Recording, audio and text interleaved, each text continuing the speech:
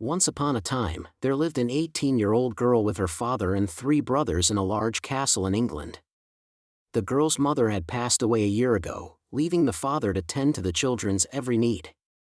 While the father tried to give the girl everything she needed, he didn't have the knowledge to care for a young girl. It seemed like the brothers received all the attention with their new clothes and money to spend on entertainment. The girl cooked for them, cleaned, and took care of the animals in the stable. The girl never went out because of the many chores. The father would take the brothers out on hunting trips and be gone the entire weekend. The girl would stay at home and read the books in the library.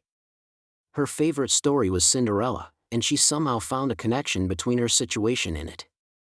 One day, while shopping in the town square, she saw a group of people at the bulletin board and went over to see what the news was. To her surprise, it was an invitation for everyone in the village to come to the ball for the prince's 20th birthday party.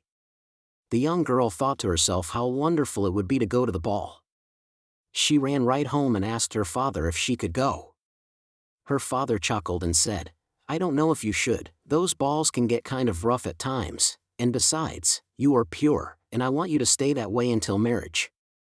Finally, the day of the ball had come. The girl did her chores while the 3 brothers got ready for a night of fun. The girl wiped a tear from her cheek and thought about how much fun she would have at a ball. When the father and 3 brothers left for the ball, the girl sat next to the fireplace, gently cradling the Cinderella book in her arms. After a while, she could now hold back and yell out, "If only I had a fairy godmother." Suddenly, a cloud of smoke appeared in front of the girl, and there stood an older man with a pot belly wearing a tutu and tights smoking a cigar. The girl sat looking at the older man in astonishment. "Who are you?" the girl asked. The old man scratched his beard and let out a loud belch, saying, "I am your fairy godfather." The girl said in an urgent tone, "Well, where's my fairy godmother?" The old man said in a gruff tone, "She is sick and asked me to take her place." The girl thought for a moment and asked, "Well, I want to go to the ball. Can you help me?" The old man said, "Yes, I can. My wife briefed me, and she said think outside the box and gave me her magic wand. My wife told me that you were a virgin and that I had to make sure you stayed that way. And you would have to be home by midnight, and everything I did would change. Do you agree to be home by midnight?" The girl said excitedly, "Yes, I will. I promise." So the older man went to work. He changed the flies hovering over the older man's head into 6 pairs of white horses.